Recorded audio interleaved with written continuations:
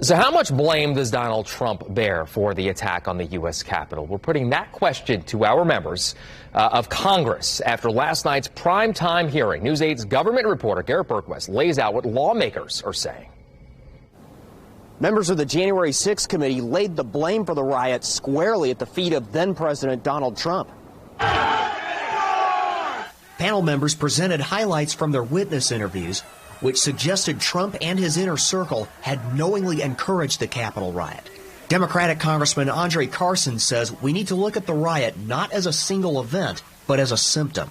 The coup wasn't just about keeping Donald Trump in power. It was an expression of a backlash against a multiracial democracy in a very real sense. So I think standing up to the forces of racism, white nationalism, it requires holding those responsible for the insurrection.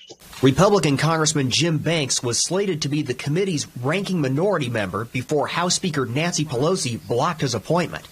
He accuses the panel of selectively editing testimony to fit a predetermined narrative. That's why the American people have tuned out this committee, because it's not a fair process. It's an illegitimate committee. It doesn't provide both the majority and the minority viewpoints. But we figured out already that this committee is about throwing Donald Trump in jail. They'll settle for keeping his name off the ballot.